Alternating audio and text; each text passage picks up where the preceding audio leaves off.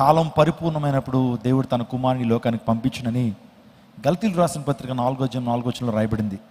దేవుడు తగిన కాలమందు ఆయన ఈ లోకానికి వచ్చారు. తగిన కాలమందు ఆయన యెరూషలేమునికి వెళ్తా ఉన్నాడు ఆయన. సో ఆయన చెప్పిన మాట, ప్రక్కనున్నటువంటి బేతనియా, బేత్పగే అనేటువంటి గ్రామాల్లో ఒక కట్టబడిన గాడిద ఉన్నది, దాన్ని విడిపించుకుని తోలుకుని నా దగ్గర తీసుకురండి. ఎవరైనా దాన్ని ఎందుకు విడిపిస్తున్నారో, ఎవరికి కావాలని అడిగితే ఇది ప్రభువుకు కావాలి అని చెప్పండి అని చెప్పాడు. తన శిష్యులను పంపించాడు. కట్టబడిన గాడిదను వారు విడిపించి యేసు ప్రభు దగ్గర తీసుకొచ్చిన తర్వాత ఆ గాడిద మీద ప్రభు కూర్చుని యెరూషలేముకి, అంటే జెరూషలేంలోకి వెళ్ళినట్లుగా మనం చూస్తూ ఉన్నాం. చూడండి, యేసు ప్రభు వారు ఈ లోకంలో ఆయన జీవించినప్పుడు 11 సార్లు యెరూషలేం దగ్గరికి ఆయన వెళ్ళాడు. యెరూషలేంలోకి వెళ్ళాడు ఆయన. 10 సార్లు చాలా రీజన్స్ ద్వారా ఆయన వెళ్ళాడు. కానీ 11వసారి ఆయన రాజులకు రాజుగా ఆయన యెరూషలేంకి వెళ్ళినట్లుగా మనం చూస్తుంటాం. యెరూషలేంలోనే ఆయన స్తుతించబడతాడు, ఆరాధించబడతాడు. హోసన్నా జయం, హోసన్నా జయం అని రాజులకు రాజు, ప్రభులకు ప్రభుడు అని ఆయన ఆరాధించబడిన తర్వాత ఆయన దేవాలయంలోకి వెళ్ళి దేవాలయంలో ఉన్నటువంటి కొన్ని పద్ధతుల్ని ఆయన ప్రక్షాళన చేశాడు. కొరడా తీసుకుని అక్కడ ఉన్నటువంటి వారిని చెదరగొట్టినట్టుగా మనం చూస్తుంటాం. యేసు ప్రభు వారు చాలా తక్కువ సందర్భాల్లో ఆయన కోపపడ్డాడండి. వాస్తవానికి నేను అనుకుంటున్నాను ఇది ఒక్క సందర్భంలో ఆయన కోపపడ్డాడు. మరి ఇంకెక్కడా కూడా ఆయన కోపాన్ని ప్రదర్శించినట్లుగా, ఆగ్రహించినట్లుగా మనం చూడం. సో తన యొక్క తండ్రి యొక్క మందిరం, దేవుని మందిరం, మా ప్రార్థనా మందిరం అనబడును, ఈ మందిరాన్ని దొంగల గుహగా మీరు మార్చారని అక్కడున్న శాస్త్రులు, పరిచయులు, సద్దూకాయల్ని ఆయన హెచ్చరించి ఆయన ప్రక్షాళన చేశాడు. ఈ సందర్భాన్ని మనం ఈ రోజున జ్ఞాపకం చేసుకుంటాం. వారు యెరూషలేంలోకి వస్తున్నప్పుడు యేసుక్రీస్తు ప్రభు గాడిద మీద యెరూషలేంలోకి ప్రవేశిస్తున్నారు. Triumphal entry into the land of Jerusalem వస్తున్నప్పుడు ఆ ప్రజలందరూ కూడా వారి యొక్క అభిమానం, వారు దేవుని ఆరాధించే విధానాన్ని ఎలా వారు చాటి చెప్పుకున్నారంటే వారి బట్టల్ని ఆ క్రింద పరిచి ప్రభువుని ఆహ్వానించినట్లుగా మనం చూస్తుంటాం. ఈ సందర్భాన్ని మనం ధ్యానం చేద్దాం కొద్ది నిమిషాలు. సో యేసుక్రీస్తు ప్రభు వారు ఆయన ఒక ప్రత్యేకమైన ఉద్దేశంతో ఈ లోకానికి అర్థించాడు. మనందరి పాప ప్రక్షాళన నిమిత్తము, మన పాపాన్ని ఆయన పరిహరించడం కొరకు, ఆయన శిలువ అమూల్యమైన రక్తాన్ని కార్చడం కొరకు ఆయన ఈ లోకానికి అర్థించడం జరిగింది. యేసుక్రీస్తు ప్రభు వారు ప్రతి ఘట్టము కూడా ప్రవచనాలు, ఆధారాలు మనం చూస్తున్నాం. ఏ ప్రాఫిటికల్ బ్యాక్గ్రౌండ్ యేసుక్రీస్తు ప్రభు ప్రతి అంశంలో మనం చూస్తుంటాం. ఆయన జనన విషయంలో, ఆయన జీవిత విధానం విషయంలో, ఆయన మరణ విషయంలో, ఆయన పునరుత్థాన విషయంలో, ఆయన రెండోసారి ఈ లోకానికి వచ్చేటువంటి విధానంలో కూడా కొన్ని ప్రవచనాలు మనం చూస్తుంటాం. నేను ఒక మాట చెప్తున్నాను, అదేంటంటే పాత నిబంధన అంతా కూడా ప్రకటన, పాత నిబంధన అంతా కూడా ప్రవచనాలు. ఎవరి గురించి రాయబడ్డాయంటే యేసుక్రీస్తు ప్రభు గురించినటువంటి ప్రవచనాలు మనకు కనబడుతూ ఉంటాయి. యేసుక్రీస్తు ప్రభు యొక్క నీడే పాత నిబంధన. మీరు ఆదికాండం నుంచి మలాకి గ్రంథం వరకు యేసుక్రీస్తు ప్రభు యొక్క ఛాయను మీరు చూస్తారు, షేడ్ని మీరు చూస్తారు, ఆ నీడను మీరు చూస్తారు. కానీ క్రొత్త నిబంధనలో ఆయన యొక్క ఆగమనము, ఆయన చేసిన పరిచర్య, ఆయన యొక్క ప్రభావము, ఆయన యొక్క ప్రభుత్వాన్ని మనం క్రొత్త నిబంధనలో మనం చూడొచ్చు. ఆలోచన చేయండి. కొన్ని విషయాలు మనం ఈరోజు ధ్యానం చేద్దాం. ఆయన మరణానికి అప్పగించబడక ముందు 6 రోజుల ముందు ఆయన యెరూషలేముకి వచ్చినట్లుగా మనం చూస్తూ ఉంటాం. ప్రజలందరూ హోసన్న, వారి పై వస్త్రాల్ని యేసుక్రీస్తు ప్రభు వారు నడుస్తున్నటువంటి ఆ మార్గంలో పరిచారు. దావీదు కుమారునికి జయం, సర్వోన్నతమైన స్థలముల్లో దేవునికి మహిమ, దావీదు కుమారునికి జయం అని చెప్పి ప్రభువుని ఘనపరిచారు. మత్తయి సువార్త 21వ అధ్యాయము 5వ వచనాన్ని వాక్య భాగంగా చదువుకుందాం. ఇదిగో నీ రాజు సాత్వికుడై గాడిదను భారవాహక పశువు పిల్లైన చిన్న గాడిదను ఎక్కి నీ యొద్దకు వచ్చుచున్నాడని సియోను కుమారుతో చెప్పుడు అనున్నది. శిష్యులు వెళ్ళి యేసు తమకు ఆజ్ఞాపించిన ప్రకారం చేసి ఆ గాడిదను దాని పిల్లను తోడుకుని వచ్చి వాటి మీద తమ బట్టలు వేయగా ఆయన బట్టల మీద కూర్చుండెను. జన సమూహంలోను అనేకులు తమ బట్టలు దారి పొడుగున పరిచిరి, కొందరు చెట్లు కొమ్మలు నరికి దారి పొడుగున పరిచిరి. చాలండి. దేవుడి పరిశుద్ధ వాక్యాన్ని మన వినికిడిలో దీవించును గాక. యేసుక్రీస్తు ప్రభు ఎందుకు యెరూషలేంకి వస్తున్నాడు? నేను ఆల్రెడీ చెప్పాను, ఆయన 10 సార్లు ఆల్రెడీ విజిట్ చేశాడు యెరూషలేంని. కానీ 11వసారిన ఆయన మళ్ళీ విజిట్ చేస్తున్నాడు. ఎందుకని ఆలోచన చేస్తే, ఒకటి, ద రీజన్ నెంబర్ 1, ఆయన పాప ప్రక్షాళన చేయటం కొరకు. మనందరి మీద కూడా పాప భారం ఉంది. మనందరూ కూడా పాపంలో పడి నశించి పోతుంటున్న మనల్ని రక్షించడానికి యేసుక్రీస్తు ప్రభువారు ఈ లోకానికి వచ్చారు. ఒక విషయాన్ని మీకు చెప్పనివ్వండి. What is the root cause for every problem that we are facing? అసలు మనం ఫేస్ చేస్తున్న ప్రతి సమస్యకు రూట్ కాజ్ ఏంటి? అసలు ఏంటి సమస్యకు కారణం ఏంటి అని ఆలోచన చేస్తే ఈ రోజున దేవుని లేఖనం చెప్తుంది, మన సమస్యలకు కారణం పాపమే.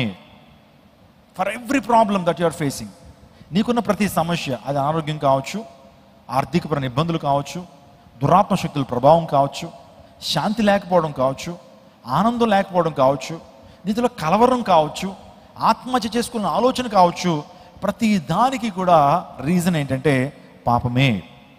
ఆ పాపం నీ జీవితంలో ప్రక్షాళన చేయబడినప్పుడు నువ్వు సంతోషాన్ని, ఆనందాన్ని అనుభవిస్తావు. పాపం పోయేటువంటి సాధనం ఏంటి? పాపం లేని రక్తం మాత్రమే పాపాన్ని పరిహరించగలుగుతుంది. మరి ఈ లోక చరిత్రలో పాపం లేని రక్తం ఎవరికి ఉంటుంది? దేవునికి మాత్రమే ఉంటుంది. దేవుడు ఆత్మస్వరూపి అయినటువంటి దేవుడు, ఆయనకు ఒక్కడికి మాత్రమే పరిశుద్ధమైన రక్తం ఉంటుంది.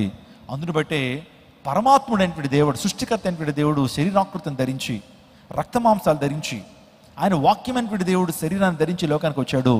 ఆయనే మన ప్రభు అయిన యేసుక్రీస్తు ప్రభువారు. ఆయన వచ్చినటువంటి కారణం ఏంటంటే మనందరినీ కూడా ఏదైతే సమస్యకు మూల కారణం ఏదైతే ఉందో రూట్ కాజ్ని ఆయన తీసివేయడానికి. చూడండి, డాక్టర్లు 2 రకాలు ఉంటారు. వెళ్ళగానే ఉపశమనం కొరకు పెయిన్ కిల్లర్ ఇచ్చి పంపించేస్తారు. కానీ మరికొంతమంది డాక్టర్లు, అమ్మ వెయిట్ చేయ, టెస్టులు చేయాలి, నేనేదో ఒక చిన్న ఇంజెక్షన్ ఇస్తే నీకు అయిపోతుంది కానీ నీకైనా టెస్టులు చేసి అసలు నీలో ఉన్నటువంటి సమస్య ఏంటి, నీలో ఉన్నటువంటి సమస్యను ఐడెంటిఫై చేసి దానికి మెడిసిన్ ఇచ్చినప్పుడు ఇంకెప్పుడు నా దగ్గర రావు, నువ్వు ఆరోగ్యకరంగా ఉంటావు. దేవుడు చేస్తుంది కూడా అదే.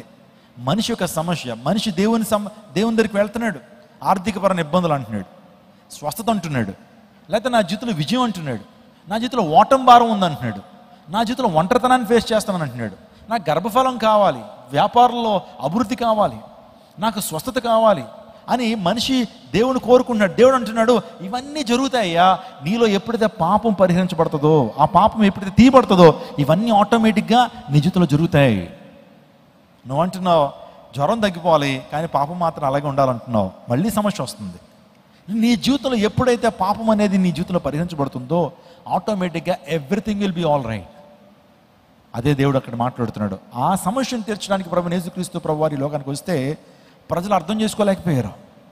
ఈయన మాకు రాజకీయపరమైన స్వాతంత్రాన్ని తీసుకొస్తాడు, రోమా ప్రభుత్వం మీద స్వాతంత్రాన్ని తీసుకొస్తాడు, మేమందరం కూడా రోమా ప్రభుత్వం నుంచి, రోమా ప్రభుత్వ పరిపాలన నుంచి మాకు విడుదల వస్తుందని ఎక్స్పెక్ట్ చేశారు. యేసు ప్రభువారు ఒక రాజుగా మాకుంటాడు, యూదుల రాజుగా, ఆయన మనం పరిపాలన చేస్తాడు అనుకున్నారు. కానీ ప్రభు అన్నాడు, మీ రాజ్యం వేరు, నా రాజ్యం వేరు, నేను తీసుకొచ్చే రాజ్యం వేరు అని ప్రభు మాట్లాడేటప్పుడు అనేక మంది డిసప్పాయింట్ అయ్యారు. వాస్తవానికి ఈ యొక్క జెరూసలేంకి వస్తున్నప్పుడు అందరూ కూడా చాలా సంతోషించారు. రాజు వస్తున్నాడు, మనం పరిపాలించిన మెస్సయ్య వస్తున్నాడని వచ్చారు. కానీ యేసు ప్రభువు ఎందుకు ఈ లోకానికి వచ్చాడంటే ప్రతి ఒక్కరిలో ఉన్న ఆ పాపాన్ని తీసివేయడానికి ఈ లోకానికి వచ్చాడు. అందును బట్టే ఆయన కలువరి గిరి మీద, ఆయన ఆకాశానికి భూమికి మధ్యన వేలాడబడుతూ సమస్త మానవాళి పాప ప్రక్షాళన నిమిత్తము తన అమూల్యమైన నిష్కలంకమైన రక్తాన్ని కాచడానికి ప్రభు వచ్చాడు. అది that was his main motto, that was his main intention. అది ఆయన యొక్క ప్రధానమైనటువంటి ఉద్దేశం అనే విషయాన్ని జ్ఞాపకం చేస్తున్నాను. సో ఆయన గాడిదను విప్పమని చెప్పాడండి, గాడిదను విప్పమని చెప్పాడు. ఏంటి ఆ గాడిదను ఎందుకు విప్పమన్నాడు? గాడిద ఎవరికి సాదృశ్యం అని ఆలోచన చేస్తే ఆ గాడిద మనకి సాదృశ్యంగా ఉన్నదండి. మనం ఇక్కడ ఈరోజున కట్టబడ్డాం, ఏదో రకమైనటువంటి పాపం చేత కట్టబడ్డాం, ఏదో రకమైన అవిధేయత ద్వారా మనం కట్టబడ్డాం, ఏదో రకమైనటువంటి బంధకాలు మనల్ని బంధించుని. మగ్దలైన మరియ కట 7 దురాత్మల చేత బంధించబడిందని దేవుని వాక్యం తెలుస్తుంది. ఈరోజున ప్రతి మనిషి కూడా బంధించబడి ఉన్నాడు. పైకి మాత్రం సొందరుగా కనబడుతున్నాడు కానీ మనిషి బంధించబడ్డాడు. మనిషి తన జీవితంలో విడుదల లేని పరిస్థితి. పాపం అట మనిషిని సాలిగూడులు అల్లుకుంటుందట. కానీ కొన్ని దినాల తర్వాత ఆ సాలిగూడు కాస్త ఇనుప సంఖ్యలుగా మార్చబడుతుంది. మొదటి ఏ పాపమైనా సాలిగూడులు అల్లుకుంటుంది మనిషిని. అది ఏ పాపమైనా సాలిగూళ్ళ మెల్లగా అల్లుకుంటుంది. నువ్వు అనుకుంటావు మొదట్లో దీన్ని తెంపేయడం చాలా ఈజీ అనుకుంటాం మనం. కానీ అది రోజు రోజు రోజు రోజు రోజు రోజు ఆ పాపం కాస్త ఇనుప సంఖ్యలుగా మార్చబడుతుంది. విడుదల రాదు, విడుదల రాదు, విడుదల రాదు. అందును బట్టే దేవుని లేఖనం చెప్తుంది, పాపం చేసే ప్రతి ఒక్కడు ఆ పాపానికి దాసుడు అనే సేవకులను ఆజ్ఞాపించాడు. ఆ గాడిదను తీసుకొచ్చారండి. చూడండి, ఆ గాడిద మనమే. ఆ గాడి స్వభావం మనకే ఉంది. గాడిద జ్ఞానం కలిగిన జంతువు కాదు, జ్ఞానహీనురాలు. దానికి జ్ఞానం ఉండదు. మనకు కూడా జ్ఞానం లేదండి. హోషియా అంటాడు, my people are destroyed for the lack of knowledge. నా ప్రజలు నశించిపోతున్నారట, దేని లేక, డబ్బు లేక కాదు, జ్ఞానం లేక. జ్ఞానం లేక నశించిపోతున్నారు నా ప్రజలు, జ్ఞానం లేక నశించిపోతున్నారు. అవును, మనకు కూడా జ్ఞానం కలిగి ఉండట్లేదు, మనకు కూడా జ్ఞానం ఉండట్లా. రెండోదిగా గాడిద ముందు బాగానే ఉంటుందండి, వెనక్కి వెళ్ళావా పొరపాటున వెనక్కి కాళ్ళతో తన్నేస్తుంది గాడిద. మనం కూడా అంతే, ముందు బాగానే ఉంటాం కానీ వెనకాల గోతులు తవ్వుతుంటాం. ముందు బాగానే ఉంటాం. ఇంకోటి గాడిద ఏంటి, బరువు. మనం కూడా బరువులు మోస్తున్నాం. ఏం బరువు తెలుసు, పాప భారం మోసుకుంటూ వెళ్తూ ఉంటాం అనమాట. పాప భారం మోసుకుంటూ వెళ్తాం. గాడిద ఏ విధంగా బరువులు మోస్తుందో మనం కూడా పాపాన్ని మోస్తూ ఉన్నాం. మనమే గాడిదలం. ఇప్పుడు మనలాంటి స్వభావం కలిగినటువంటి వ్యక్తిని విడుదల చేయడానికి యేసుక్రీస్తు ప్రభువు ఈ లోకానికి వచ్చి తన శిష్యులకి ఆజ్ఞాపించాడు, దాన్ని తోలుకుని రండి, దాన్ని విప్పుకుని రండి, అది నాకు కావాలి అంటాడు. స్తోత్రం చెప్పండి హల్లెలూయా. ఈ రోజున దేవునికి నువ్వు కావాలి. నువ్వు in spite of anything in your life, in spite of your sinful nature, God needs you. నువ్వు ఎలా ఉన్నా సరే, ఏ పరిస్థితిలో ఉన్నా దేవునికి నువ్వు కావాలి. ఎంత భయంకర స్థితిలో ఉన్నా సరే దేవునికి నువ్వు కావాలి. ఒకవేళ ఎంత అంధకార స్థితిలో ఉన్నా సరే దేవునికి నువ్వు కావాలి. ఒకవేళ ఎంత భయంకరమైన పాపంలో నువ్వు మునిగి తేలుతున్నా సరే గాడ్ నీడ్స్ యూ. అక్కడ అంటాడు, ఎవరికి కావాలి ఇది? ఎందుకు విప్పుతున్నారంటే ఇది ప్రభువుకి కావాలి, ఇది ప్రభువు కావాలి. ఈ రోజున నువ్వు దేవునికి కావాలి. ఎప్పుడు కూడా అనుకోవద్దు దేవుడు నన్ను ఏం పట్టించుకుంటాడు, దేవుడు నా పట్ల కూడా ఆయన ప్రేమను కనపరుస్తాడా, దేవుడు నన్ను కూడా దీవిస్తాడా, దేవుడు ఇంత ఘోర పాపినైనా కూడా దేవుడు తన రాజ్యంలో చేర్చుకుంటాడా, దేవుడు నన్ను కూడా కనికరిస్తాడు. ఎస్ ఒకవేళ నువ్వు ఎంత ఘోర పాపమైనా అంత ప్రేమ దేవుడు నీపై కనపరుస్తాడు. నువ్వు ఎంత ఎక్స్ట్రీమ్లో ఉన్నా సరే దేవుడు అంత ఎక్స్ట్రీమ్ లవ్ నీ మీద ఆయన కనపరుస్తాడు. ఆయన ప్రేమ అంత ఉన్నతమైనటువంటిది. తప్పిపోయినటువంటి కుమారుడు ఇంటిని మరచి ఇంటిని విడిచి వెళ్ళిపోయాడు. తండ్రి ఆస్తిని పాడు చేశాడు, తండ్రి పేరు అంతస్తుని పాడు చేసి దుర్దేశానికి వెళ్ళిపోయాడు, దుర్వ్యాపారం చేశాడు. మరలా తిరిగి వచ్చిన తర్వాత పెద్ద కొడుకు ఎప్పుడు కూడా ఫీస్ట్ చేయలా, పెద్ద కొడుకు ఎప్పుడు కూడా విందు చేయలా, ఊరంతా పిలిచి పెద్ద కొడుకు ఎప్పుడు ఒక పార్టీ కూడా చేయలేదు. కానీ చిన్న కొడుకు ఎప్పుడైతే తిరిగి వచ్చాడో తండ్రి గొప్ప పార్టీ చేస్తాడు. మొత్తం ప్రాంతం అంతా కూడా పిలిచి భోజనాలు పెట్టి ప్రశస్త వస్త్రాన్ని ఇచ్చి చేతి ఉంగరాన్ని తొడిగి పాదములకు చెప్పులు తొడిగి గొప్ప ఆనర్ ఇస్తాడు. తండ్రి ప్రేమ అలాంటిది. నువ్వు ఎంత ఘోరమైన స్థితిలో ఉన్నా సరే God loves you more than anyone ever love in this world. దేవుడు ఏ ఒక్కరూ చూపించిన ప్రేమను నీపై ప్రభువు చూపుతున్నాడు ఈ రోజున. Because he loves you. దేవుడిని ప్రేమిస్తున్నాడు.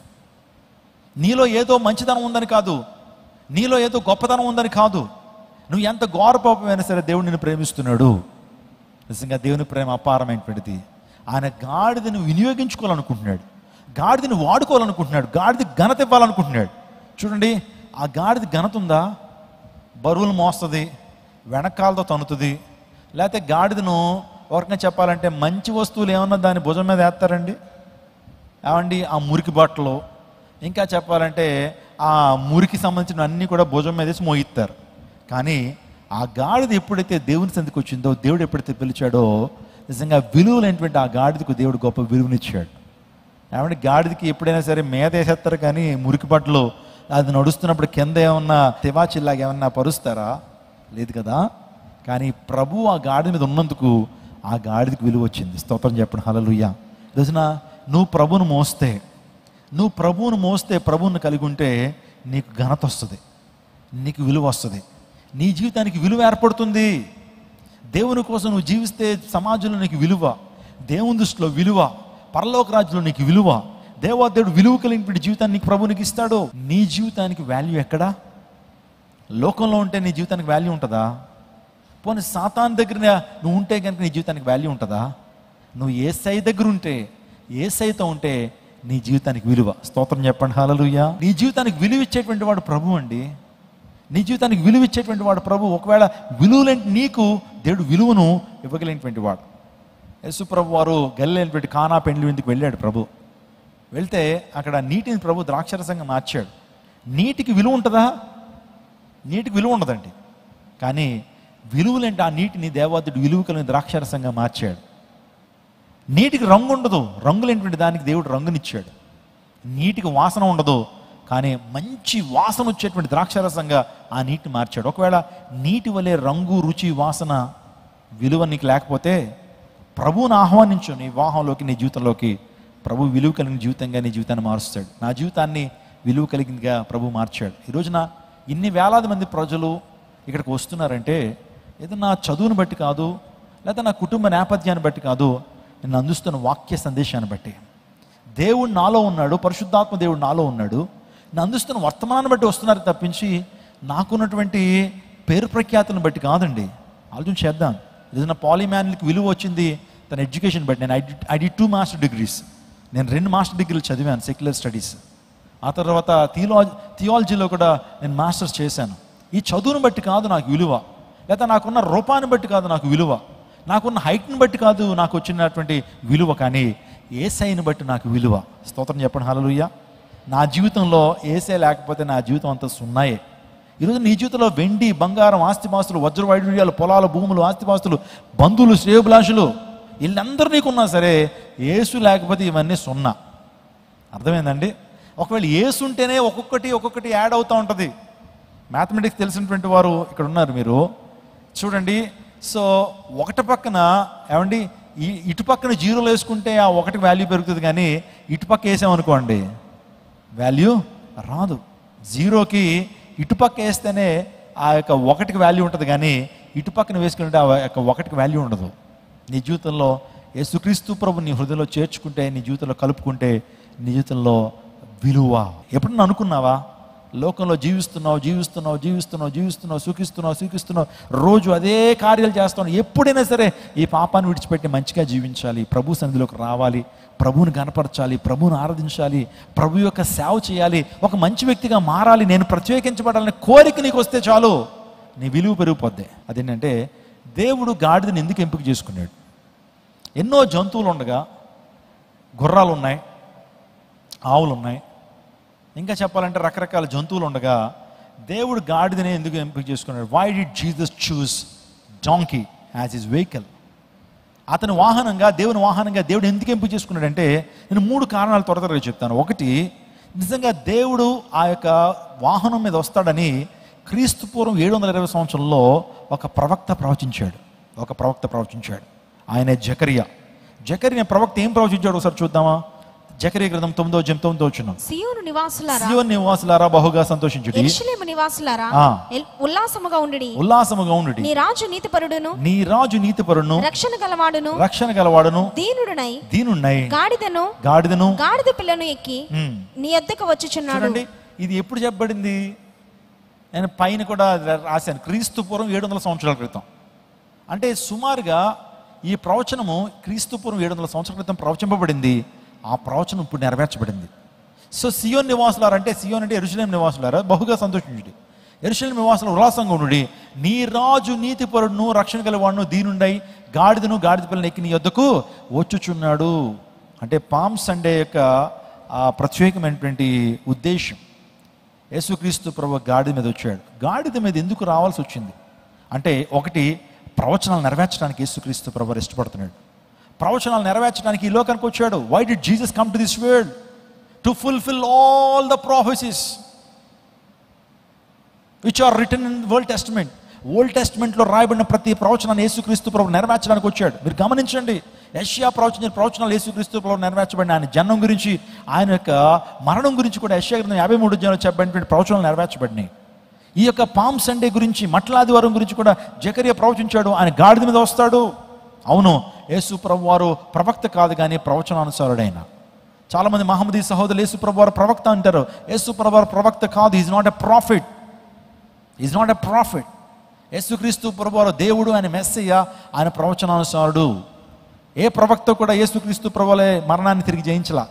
ఏ ప్రవక్త కూడా సమస్త మానవాళ్ళ కొరకు తన అమూల్యమైన రక్తాన్ని కార్చలా. ఏ ప్రవక్త కూడా కన్యగర్భాన్ని జన్మించలా. ఏ ప్రవక్త పుట్టినప్పుడు కూడా ఆకాశంలో తార పుట్టలా. ఏ ప్రవక్త కూడా యేసుక్రీస్తు ప్రభు వారు చేసినటువంటి అద్భుతమైన బోధలు చేయలా. ఏ ప్రవక్త కూడా యేసుక్రీస్తు ప్రభు వలే 3 రోజులు తిరిగి లేవలా. యేసుక్రీస్తు ప్రభు వలే మరలా తిరిగి వస్తాను ఏ ప్రవక్త చెప్పలేదు. ఆయన చెప్పలేదు ఎవరొక్కళ్ళు కూడా. ప్రవక్తలే, కానీ యేసు ప్రభు వారికి ప్రవక్తకి చాలా తేడా ఉంది. యేసుప్రభు వారు ప్రవక్త కాదు. చాలామంది మహమ్మదీ సహోదరులు ఏమంటారంటే, మాకు మహమ్మద్ ప్రవక్త ఉన్నాడు, ఆ మహమ్మద్ ప్రవక్త ముందు యేసుక్రీస్తు ప్రభు వచ్చారని ఆయన కూడా ప్రవక్త జాబితాలు వేస్తారు. We don't accept, we don't agree when people say that Jesus is a profit. యేసుక్రీస్తు ప్రభు వారు ప్రవక్త అంటే మనం ఒప్పుకోం. యేసుక్రీస్తు ప్రభు వారు మెస్సియా, హల్లెలూయా, రక్షకుడు. యేసు అన్న మాటకు అర్థం ఏంటి? జీసస్ అన్న మాటకు రక్షకుడు. తన ప్రజలను వారి పాపం నుంచి ఆయన రక్షించడం కనుక ఆయనకి యేసు అని పేరు పెడతారు. యేసుక్రీస్తు ప్రభు వారు ప్రవక్త కాదు, ఆయన ప్రవచనానుసారుడు. హల్లెలూయా. ఇంకొక మాట, గాడిద మీద ఒక వ్యక్తి వస్తున్నాడు అంటే అర్థం ఏంటంటే శాంతిని నెలకొల్పడానికి వచ్చేటువంటి వాడు గాడిద మీద వస్తాడు. గుర్రం మీద వస్తున్నాడంటే యుద్ధం చేయడానికని, గాడిద మీద వస్తున్నాడంటే శాంతి ఒప్పందం చేయడానికి. యేసుక్రీస్తు ప్రభు శాంతిని నెలకొల్పడానికి వస్తున్నాడు. అవును, యేసుక్రీస్తు ప్రభు వారు ఆయన శాంతికర్త, ఆయన శాంతికర్త. స్క్రీన్ మీద చూస్తున్నారు, చిలీ, అర్జెంటీనా అని 2 దేశాలు ఉన్నాయండి, యూరప్ దేశాలు. చిలీ, అర్జెంటీనా, 2 దేశాలు వాస్తవానికి చాలా స్నేహపూరితంగా ఉండేవి. కరెక్ట్గా 1900 ఇయర్లో 1900 సంవత్సరంలో వీరిద్దరి మధ్య విభేదాలు వచ్చినాయి, సరిహద్దు తగాదాలు వచ్చినాయి. ఇద్దరు కూడా యుద్ధానికి సిద్ధమయ్యారు. చిలీ దేశస్తులు వారి యొక్క ఆయుధాలను తీసుకొచ్చి ఓ భూభాగంలో పెట్టారు. ఎక్కడైతే యుద్ధం చేస్తారో ఆ యుద్ధం దగ్గరికి మొత్తం అన్నీ కూడా వెపన్స్, నిజంగా ఆయుధ సామాగ్రి అంతా కూడా తీసుకొచ్చారు. అర్జెంటీనా వాళ్ళు కూడా తీసుకొచ్చి పెట్టారండి. తీసుకొచ్చి యుద్ధం మరికొన్ని రోజుల్లో స్టార్ట్ అయిపోద్ది. అటువంటి టైంలో ఆ దేశంలో ఒక దేవుని సేవకుడు ఉన్నాడు. ఆ దేవుని సేవకుడిని ఒకసారి చూడండి. ఈ దేవుని సేవకుడు పాస్టర్ బోనవెంటా అనేటువంటి దేవుని సేవకుడు వెంటనే ఒక సందేశం ఇచ్చాడు. యేసుక్రీస్తు ప్రభు మాటలు, యేసుక్రీస్తు ప్రభు సమాధానాన్ని కలిగిస్తాడు. దేవుని వాక్యాన్ని, దేవుని సందేశాన్ని ఎప్పుడైతే అందించాడో నిజంగా ఇరువురి ప్రెసిడెంట్లు విన్నారండి. విని ఆ వాక్యం వారిని ఎంతగానో కదిలించింది. దేవుని వాక్యం కదిలించింది, దేవుని స్వరం వారిని కదిలించి ఎంతో విభేదాలు ఉన్నటువంటి వారు యుద్ధాన్ని విరమించుకోవడానికి ఆలోచన చేస్తున్నారు. ఆ టైంలో ఈ యొక్క న్యూస్ పత్రికల్లోనూ రేడియోల్లోనూ ఆ దైవ సేవకుడు అందించిన వర్తమానం న్యూస్ పత్రికలకు వచ్చేటప్పటికి ప్రజల్లో కూడా గొప్ప పరివర్తన వస్తూ ఉంది, రాజ్యాల్లో గొప్ప పరివర్తన వస్తుంది. యేసయ్య మాట నిజంగా 2 దేశాల మధ్య సమాధానాన్ని నెలకొల్పడానికి ఎంతగానో దోహదపడుతూ ఉంది. ఆ టైంలో ఎడ్వర్డ్ సెవెన్ అనేటువంటి ఈ యొక్క వ్యక్తి, సో బ్రిటిష్ని పరిపాలన చేస్తున్న ఎడ్వర్డ్ సెవెన్, ఈ వ్యక్తి జోక్యం చేసుకుని ఈ వ్యక్తి కూడా ఆ వర్తమానాన్ని విని ఆ 2 దేశాలకి సంధి కుదర్చడానికి ముందుకు వచ్చాడండి. నిజంగా దేవుని యొక్క మాట, యేసుక్రీస్తు ప్రభు యొక్క వాక్యము ఆ రోజున ప్రచురింపబడకపోతే అనేక మంది సైనికులు చచ్చిపోయేవారు. ఎయిదర్ అర్జెంటీనా ఉండేది లేదా చిలీ అన్న ఉండేది, ఏదో ఒక దేశం ఈ రోజున కనుమరుగైపోయేది. ఈరోజు 2 దేశాలు ఉన్నాయి. 2 దేశాలు కూడా సమాధాన పడ్డాయి. కరెక్ట్గా 1900 సంవత్సరంలో సమాధాన పడ్డానికి కారణం ఎవరంటే మన ప్రభుని యేసుక్రీస్తు ప్రభువారు. యేసుక్రీస్తు ప్రభు యొక్క మాట, ఆయన వాక్యము 2 దేశాలను కలిపింది. వెంటనే ఆయుధాలన్నీ కూడా ఆ ప్రాంతానికి చేర్చిన తర్వాత మళ్ళా వెనక్కి ఏం తీసుకెళ్తాం ఇవి, అందుని బట్టి ఇక్కడే మనం ఏదైనా చేద్దామని చెప్పి 2 దేశస్తులు, 2 దేశాల యొక్క ప్రెసిడెంట్లు, ఆ పెద్దలు మాట్లాడుకుని మన యొక్క దేశాలకి గొప్ప సమాధానం ఇచ్చినటువంటి వాడు యేసుక్రీస్తు ప్రభు కాబట్టి మన దేశాలు ఇంకెప్పుడు కొట్టుకోకుండా, మన దేశాలు ఎప్పుడు కూడా అశాంతి ఉండకుండా ఒక మెమోరియల్ స్టాచ్యూని మనం ఇక్కడ బిల్డ్ చేద్దాం. ఒక మెమోరియల్ స్టాచ్యూ, ఒక మాన్యుమెంట్ని మనం తయారు చేద్దామని చెప్పి నిజంగా వారి దగ్గర ఉన్నటువంటి ఆ గన్స్ అన్ని కరిగించి, ఆ ఇనుమంతా కరిగించి వారు ఒక పోత పోసినటువంటి జీసస్ ఆ యొక్క స్టాచ్యూని ఆ ప్రాంతంలో నిలబెట్టారండి. మీరు చూస్తున్నారు కదా, దాన్ని అంటారు redeemer, the Christ the redeemer of యాండీస్ of Christ అని పిలుస్తారండి. ఇప్పటికీ మీరు గూగుల్ చేస్తే కనుక చాలా పిక్చర్స్ వస్తాయి, యాండీస్ ఆఫ్ క్రైస్ట్. దాని మీద వారు ఏం రాశారో తెలుసండి, దాని చుట్టుపక్కల సుమారుగా 13,000 అడుగులు ఉన్నటువంటి పర్వతాలు ఉన్నాయి. వాటిని యాండీస్ మౌంటైన్స్ అంటారు. 13,000 అడుగులు ఉన్నటువంటి పెద్ద పెద్ద పర్వతాలు ఉన్నాయి. వారు ఏం రాశారంటే, ఈ పర్వతాలన్నా కూలిపోతాయేమో కానీ యేసుక్రీస్తు ప్రభువారు మా మధ్యన కుదిర్చిన సంధి మాత్రం కూలిపోదు అని రాశారండి. స్తోత్రం చెప్పండి. ఆ మాన్యుమెంట్ మీద అక్కడ కొన్ని పలకల్లా కనబడుతున్నాయి కదండి, ఆ పలకల మీద వారు రాసింది ఇదే, మా ఉభయుల్ని సమాధానపరిచింది యేసుక్రీస్తు ప్రభువారు అని చెప్పి ఒక బైబిల్ టెక్స్ట్ని కూడా వారు రాశారు. అదే ఎఫెసీయులకు రాసిన పత్రిక 2:14 మధ్య గోడను పడగొట్టి మన ఉభయులను ఏకము చేసెను. అక్కడ రాసినటువంటి మాట మధ్యగోడను పడగొట్టి, ఒకసారి చదవండి అమ్మ అది. ఆయన మన సమాధానమై ఉండి మీకును మాకును ఉన్నటువంటి ద్వేషమును అనగా విధిరూపకమైన ఆజ్ఞలు కలిగిన ధర్మశాస్త్రమును తన శరీరమందు కొట్టివేయుట చేత మధ్యగోడను పడగొట్టి ఉభయులను ఏకము చేసెను. స్తోత్రం చెప్పండి, హల్లెలూయా. మీరు ఇప్పటికీ అర్జెంటీనా, చిలియా సరిహద్దు ప్రాంతాలకు వెళ్తే ఆ స్టాచ్యూ మీద ఈ వాక్యం రాయబడుతుంది. వారి ఉభయుల్ని ఏకము చేసింది ప్రభుని యేసుక్రీస్తు ప్రభువారు. ఎస్, ఈరోజున గాడిద మీద ఎందుకు వస్తున్నాడు తెలుసండి ప్రభు? ఆయన నిన్ను నన్ను సమాధానపరచడానికి. సో ఈరోజున తండ్రితో మనల్ని ఐక్యపరచడానికి ఆయన గాడిద మీద వస్తున్నాడు. ఇది అర్థం చేసుకుంటున్నావా? ఇది అర్థం చేసుకున్నా. ఆయన సమాధానం ఇచ్చేటువంటి వాడు, నీకు నీ హృదయానికి సమాధానం ఇచ్చేటువంటి వాడు, నీకు నీ భార్యకు సమాధానం ఇచ్చేటువంటి వాడు, నీకు నీ దేవునికి సమాధాన పరిచేటువంటి వాడు యేసుక్రీస్తు ప్రభువారు. ఆయన నీతిపరుడు, ఆయన రక్షణ కలిగినటువంటి వాడు, ఆయన దీనుడు. ఈ మూడు విషయాలు ఈ రోజున మనం వినేసి వెళ్ళిపోదాం. ఆయన నీతిమంతుడు. యేసుక్రీస్తు ప్రభువారు నీతిమంతుడు, పరిశుద్ధుడు. యేసుక్రీస్తు ప్రభువులో ఏ కల్మషం లేదు, యేసుక్రీస్తు ప్రభువులో ఏ పాపం లేదు. నాలో పాపం ఉందని మీరు ఎవరు స్థాపించగలరని చెప్పినవాడు యేసుక్రీస్తు. ఈ లోక చరిత్రలో యేసుక్రీస్తు ప్రభువారు పాపరహితుడు, ఆయన పరిశుద్ధుడు, పాపం లేనిటువంటి వాడు, ప్రత్యేకమైనటువంటి వాడు, ఆయన ప్రధాన యాజకుడు. నిజంగా ఇంక మాటలు చెప్పాలంటే యేసుక్రీస్తు ప్రభువులో ఏ దుర్నీతి లేదు, యేసుక్రీస్తు ప్రభువారిలో ఏ విధమైన పాపము లేదు అని అనేక మంది సాక్ష్యం ఇచ్చినట్టుగా మనం చూస్తూ ఉంటాం. ఒక చిన్న విషయం చెప్తాను, అదేంటంటే యేసుక్రీస్తు ప్రభువుని సిలువ వేయటం కొరకు ఒక సెంచూరియన్కి బాధ్యతలు అప్పగించాడు పిలాతు. పిలాతు చెప్పింది ఏంటంటే, సెంచూరియన్ పిలిచి, సో యేసు ప్రభు వారికి సిలువ అమలు నువ్వే చేయవయ్యా, అతను చనిపోయేంత వరకు నీదే బాధ్యత అని ఒక సెంచూరియన్ అంటే శతాధిపతికి అప్పగించాడు. శతాధిపతి తీసుకెళ్ళాడు, కొరడాల చేత కొట్టిస్తున్నాడు. ఆ తర్వాత యేసుక్రీస్తు ప్రభువు యొక్క వీపు మీద భారభరితమైన సిలువను పెట్టారు. ఆయన చేత మోయిస్తూ ఉన్నారు. మోయిస్తూ ఉన్నప్పుడు కలవరి గిరి మీద అంటే గొల్గతా అనే ప్రాంతానికి యేసు ప్రభువుని తీసుకెళ్లారు. తీసుకెళ్ళినప్పుడు ఆయన ప్రక్కన ఇద్దరు దొంగలను వేడాలు తీసిన తర్వాత ఆ రెండో దొంగతో ప్రభు మాట్లాడుతున్నాడు. అక్కడ ఉన్నటువంటి ప్రజలతో ఆయన మాట్లాడుతున్న మాటలు వినగలుగుతున్నారు. తండ్రి, వీరేం చేస్తున్నారు వీరికి తెలియదు కనుక వీరిని క్షమించుడి.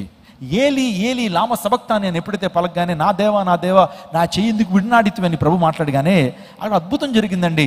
అక్కడ భూకంపం రావటం, ఆ తర్వాత సూర్యుడు ఆ దేశమంతా కూడా చీకటి కమ్ముకోవటం, దేవాలయంలో తెర పైనుంచి చిరిగిపోవటం, ఆ తర్వాత సమాధుల్లోంచి ఏమండి ఆ యొక్క ఆత్మలు లేవటం, ఇలాంటి అద్భుతాలన్నీ కూడా జరుగుతూ ఉన్నాయి. ఆ కలువరి గిరి మీద దేశమంతా కూడా చీకటి కమ్మింది. పక్షులన్నీ కూడా ఆ దినం అయిపోయిందేమో, సూర్యాస్తం అయిపోతుందేమో అని చెప్పి మిట్ట మధ్యాహ్నం అన్నీ కూడా గోళ్లకు చేరిపోయినాయి. ఈ అద్భుతాలన్నీ కూడా సెంచూరిని చూస్తున్నాడు. చూస్తుంటే యేసుక్రీస్తు ప్రభు యొక్క ఆయన మాటలు వింటూ ఉన్నాడు. నిజంగా యేసుక్రీస్తు ప్రభు నిన్ను వలె నీ పొరుగు అని ప్రేమించనే మాటను అక్కడ నెరవేరుస్తున్నాడు. తండ్రి, వీరు ఏం చేస్తున్నారో వీరికి తెలియదు, వీరిని క్షమించండి అని ప్రభు మాట్లాడుతున్నాడు. నేను నీ నాతో కూడా పరదేశంలో ఉంటామనేది రెండో దొంగని రక్షిస్తున్న విధానం చూసినటువంటి దగ్గరగా చూసినటువంటి శతాధిపతి ఎప్పుడైతే ప్రభు ముందు సాగిలు పడతాడండి, ప్రభు ముందు మోకాళ్ళుండి ఒక మాట అంటాడు, ఈయన నిజముగా దైవ కుమారుడే, ఈయన నిజముగా దైవ కుమారుడు. Did you ever see a police officer bow down before the criminal? ఏమంటే ఒక క్రిమినల్ ముందు పోలీస్ ఆఫీసర్ ఎప్పుడైనా సరే ఏమైనా మోకరిస్తాడా? ఎప్పుడైనా చూసారా? పోలీస్ డిపార్ట్మెంట్లో ఉన్నారు, ముద్దాయి ముందు ప్రవర్తించే తీరు వేరేగా ఉంటుంది. లాఠీ పట్టుకుని కనీసం గౌరవం ఇవ్వరు, ఎందుకంటే వాడు చేసిన పాపం అలాంటిది కాబట్టి. పోలీసు వారు ముద్దాయికి గౌరవాన్ని ఏమండి సారో అని పిలవరండి, పేరు పెట్టి పిలుస్తారు, లేకపోతే ఒరే గిరే అంటారు. నిజంగా పోలీస్ ఆఫీసర్ అలాగే ప్రవర్తిస్తారు. మరి ఒక ముద్దాయి ఏమండి ఒక డెత్ సెంటెన్స్ చేయబడుతున్న, క్యాపిటల్ పనిష్మెంట్ పొందుతున్న యేసుక్రీస్తు ప్రభు ముందు ముద్దాయిగా ఎంచబడ్డాడు ఆయన. అటువంటి ప్రభు ముందు మోకరించాడు ఎవరో? సెంచూరియన్ అంటే 100 మందికి అధికారండి, గొప్ప ఆఫీసర్. యేసుక్రీస్తు ప్రభు సిలువ ముందు మోకరించి ఇలా ఆయన వైపు అంటున్నాడు, ఈయన నిజముగా దైవ కుమారుడే అని ఒప్పుకున్నాడండి. అని ఒప్పుకున్నాడు. నేను ఎందుకు మాట చెప్పాను తెలుసా? యేసుక్రీస్తు ప్రభువులో ఏ దోషము లేదు, ఆయన నీతిమంతుడు. ఈ నీతిమంతుడు ఏ కపటం కనిపించట్లేదు అంటాడు. పిలాతు భార్య ప్రొక్యుల లెటర్ పంపించింది, యేసుక్రీస్తు ప్రభువుకు తీర్పు విధిస్తున్నాడు. ఎవరు తెలుసా? పిలాతు. వెంటనే లెటర్ వచ్చింది తన భార్య నుంచి, ఆ నీతిమంతుని జోలికి వెళ్ళొద్దు, ఆ నీతిమంతుని జోలికి వెళ్ళొద్దు, నువ్వు జడ్జిమెంట్ ఇవ్వద్దేమి, వీలైతే ఆయన విడిపించడానికి ప్రయత్నం చేయి, కానీ తేడాలు జరిగినాయా మనం తేడా కాకుండా పోతాం, మనకి దిక్కు మొక్కు ఉండదని చెప్పి లెటర్ రాసి పంపిస్తే మ్యాక్సిమం ప్రయత్నం చేశాడు పిలాతు యేసు ప్రభు వారిని మరణశిక్షను తప్పించడానికి. So he tried his level best. కానీ మనుషులు గోల ఎక్కువైపోయింది. యేసును సిలువేయండి, బరబ్బాని విడిచిపెట్టండి, యేసును సిలువేయండి, బరబ్బాని విడిచిపెట్టండి అన్నప్పుడు పదవీకాంక్ష కలిగినటువంటి పిలాతు యేసుక్రీస్తు ప్రభు వారికి సిలువ శిక్షను అమలు చేయమని ఆజ్ఞాపించాడు. నేను ఎందుకు మాట చెప్పాను తెలుసండి? యేసుక్రీస్తు ప్రభు వారు ఆయన నిజంగా దైవ కుమారుడు, ఆయన నీతిమంతుడు, ఆయన దీనుడు, దీనత్వం కలిగి నన్ను ప్రేమించడానికి ఈ లోకానికి వచ్చాడు. ఆయన తగ్గింపు స్వభావం కలిగినటువంటి వాడు. ఆయన తన యొక్క శిష్యుల పాదాలు కలిగినటువంటి గొప్ప దీనుడు. మనల్ని దరిద్రులు మనల్ని ధనవంతులుగా చేయడానికి మన దారిద్రతను అనుభవించాడు. నీ కొరకు నా కొరకు రిక్తునిగా మారి ఆయన నీ కొరకు నాకు ప్రాణం అర్పించాడు. దీనుడిగా మారాడు, రిక్తునిగా మారాడు, వదుకు తేబడిన గొర్రె పిల్లగా చేయబడ్డాడు. గెడ్డం పెరికించబడింది అయింది. నిజంగా ఎంతగానో బాధించబడ్డాడు, దీనుడిగా మార్చబడ్డాడు. ఆ దీనత్వమే ఈరోజు మనకు గొప్ప మాదిరి అయింది. ఆ దీనత్వం ద్వారానే మనం రక్షించబడ్డాం. కాబట్టి ఈ యొక్క పామ్ సండే రోజున మనందరం కూడా దేవుని మరింతగా గణపరచాలి. ఆయన నీతిమంతుడని తెలుసుకున్నాం, ఆయన రక్షకుడని తెలుసుకున్నాం, ఆ తర్వాత ఆయనలో ఏ కపటం లేదని తెలుసుకున్నాం, ఆయన మనం రక్షించాడని తెలుసుకున్నాం, ఆయన గాడిద మీద ఎందుకు వచ్చాడో కూడా మనం తెలుసుకున్నాం. కాబట్టి అందరూ దేవుని నామాన్ని మహింపొద్దాం. ఈ యొక్క పామ్ సండే రోజున దేవుని నామాన్ని మరీ ఎక్కువగా మనము మహింపొద్దాం. ఇంకొక విషయాన్ని చెప్తాను. యేసుక్రీస్తు ప్రభు వారు వస్తున్నప్పుడు వస్త్రాలు పరిచారండి, వస్త్రాలు పరిచారు. యెరూషలేం కుమార్తెలు, యెరూషలేంలో ఉన్నటువంటి వారు అనేక మంది వస్త్రాలు పరిస్తే ఆ వస్త్రాల మీద నడుస్తూ ఉన్నారు. ఎవరికి వస్త్రాలు పరుస్తారు అని ఆలోచన చేస్తే పాత నిబంధన కాలంలో 2వ రాజుల గ్రంథంలో యెహూ అనేటువంటి ఒక వ్యక్తికి అతని పట్టాభిషేకం జరుగుతున్నప్పుడు అలాగే వస్త్రాలు పరిచారు. అంటే రాజుకి మాత్రం వస్త్రాలు పరుస్తారు. ఈరోజున యేసు ప్రభు వారు కూడా రాజులకు రాజు, ఆయన ఈ రాజులకు రాజు. రెండోసారి ఈ లోకానికి రాబోతున్నప్పుడు ఆయన రాజులకు రాజుగా, ప్రభులకు ప్రభుగా రాబోతున్నాడు. 1000 ఏండ్ల పరిపాలన ఆయన సాగించబోతున్నాడు. నిజంగా ఆయన పరిపాలన ఎంతో సుభిక్షమైన పరిపాలన, ఎంతో సమర్థవంతమైన పరిపాలన మానవ జాతికి అందించబోతున్నాడు. ఆ దినం కొరకు ఆ 1000 ఏండ్ల పరిపాలనలో మనం ఉండాలి అంటే ఆ రాజును మన ప్రభువైన యేసుక్రీస్తు ప్రభు వారిని మన హృదయంలో ప్రతిష్ఠించుకున్నప్పుడు గొప్ప దీవెనను, ఆశీర్వాదం పొందుకుందాం. రోజున నిజంగా ఆ ప్రాంతంలో యేసుక్రీస్తు ప్రభు వారు యెరూషలేంకి వస్తున్నప్పుడు 4 రకాల ప్రజలు ఉన్నారండి అక్కడ. ఎవరంటే కొంతమంది సైనికులు ఉన్నారు. సైనికులు అనుకుంటున్నారు ఈయన రాజు ఏంటి గాడి మీద వస్తున్నాడు, గుర్రం మీద రావాలి కదా. వాస్తవానికి రోమన్ కింగ్స్ ఎలా వస్తారంటే వాళ్ళ దగ్గర స్టాలియన్స్ అని ఉంటాయండి. స్టాలియన్స్ అంటే నిజంగా గుర్రాలు, తెల్లటి గుర్రాలు ఉంటాయి. ఆ స్టాలియన్స్ అనేటువంటి వాటి మీద వస్తారు రోమన్ ప్రభువులు. వారికి ఒక సిల్వర్ చారిట్ ఉంటుంది. ఆ సిల్వర్ చారిట్ మీద వస్తాడు. కానీ ఈయన గాడి మీద వస్తున్నాడు, ఈయన రాజు ఏంటని అపహసించారు సైనికులు. రెండోదిగా అక్కడ ఉన్నటువంటి వారు ఎవరు తెలుసండి? అక్కడ ఉన్నటువంటి వారు శాస్త్రులు, సద్దూకయ్యులు, పరిసయ్యులు, విమర్శించేటువంటి వారు, యేసు ప్రభు వారు విమర్శించేటువంటి వారు ఆ ప్రాంతంలో ఉన్నారు. మూడోదిగా యేసు ప్రభు నుంచి అద్భుతాలను ఆశించేటువంటి వారు, అద్భుతాల కొరకే యేసు ప్రభువుని వెంబడించేటువంటి వారు ఆ ప్రాంతంలో ఉన్నారు. ఎందుకంటే ఆయన అప్పటికే బేతనియాలో లాజరును బ్రతికించాడు. ఎప్పుడైతే ఆ సమాచారం వీరికి తెలిసిందో ఈ ప్రాంతానికి వస్తున్న యేసు ప్రభు వారు మమ్మల్ని కూడా స్వస్థపరుస్తాడు, మమ్మల్ని కూడా దీవెనిస్తాడని ఆ యేసు ప్రభు నాభిధమైన కోణంలో అనుసరించేటువంటి వారు ఉన్నారు. కానీ కొంతమంది 4వ గుంపు ఎవరంటే యేసుక్రీస్తు ప్రభు నిజంగా ఆరాధించేటువంటి వారు, యేసుక్రీస్తు ప్రభు వారు ఇచ్చేటువంటి ఈవుల మీద ఆధారపడకుండా ప్రభువుని ప్రభువుగా ఆరాధించేటువంటి వారు. నేను ఒక చిన్న క్వశ్చన్ అడగనా, ఇఫ్ యూ డోంట్ మైండ్? యేసుక్రీస్తు ప్రభు వారు నీ జీవితంలో ఏ కార్యం చేయకపోయినా, నీ జీవితంలో ఏ మేలు చేయకపోయినా ప్రభు నీ జీవితాంతం వెంబడిస్తావా? ప్రభు నీ జీవితంలో ఏ కార్యం చేయట్లేదు అనుకోండి, ప్రభుని జీవితాంతకాలం ఇలాగే వెంబడిస్తావా? చెప్పండి. చాలామంది దగ్గర ఏ ఆన్సర్ కనపడట్లేదు. రక్షణ కంటే ఇంకా ఉన్నతమైనటువంటి మేలు మరొకటి లేదు. నీ జీవితంలో ప్రభుని రక్షించడం దానికంటే ఉన్నతమైన మేలు మరొకటి లేదండి. దేవుడు ఇచ్చాడు. నేను డిసప్పాయింట్ చేయట్లేదు. దేవుడు ఖచ్చితంగా మీ జీవితంలో కార్యం. ఒకవేళ చేయకపోయినా ప్రభువునిగానే ఆరాధన చేస్తావా? ప్రభువునిగానే వెంబడిస్తావా? అద్భుతం చేస్తే ఒకలాగా, అద్భుతం చేయకపోతే మరొకలాగా. దేవుడు కార్యం చేస్తే ఒకలాగా, దేవుడు కార్యం చేయకపోతే దేవుడిని విడిచిపెట్టేస్తావా? అదా మన విశ్వాసం. కాబట్టి ఈ రోజున ఈ యొక్క ప్రత్యేక సమయంలో నీ యొక్క విద్యుత్ ధర్మాన్ని నిర్వర్తించాలని, రెస్పాన్సిబిలిటీని నిర్వర్తించాలా. యేసుక్రీస్తు ప్రభు వారు ఆయన చేసిన కార్యాలు మనకి మాదిరికరంగా ఉన్నాయి, ఆదర్శప్రాయంగా ఉన్నాయి. కాబట్టి ఈ వర్తమానం ద్వారా దేవాదేవుడు మిమ్మల్ని దీవించి ఆశీర్వదించును గాక.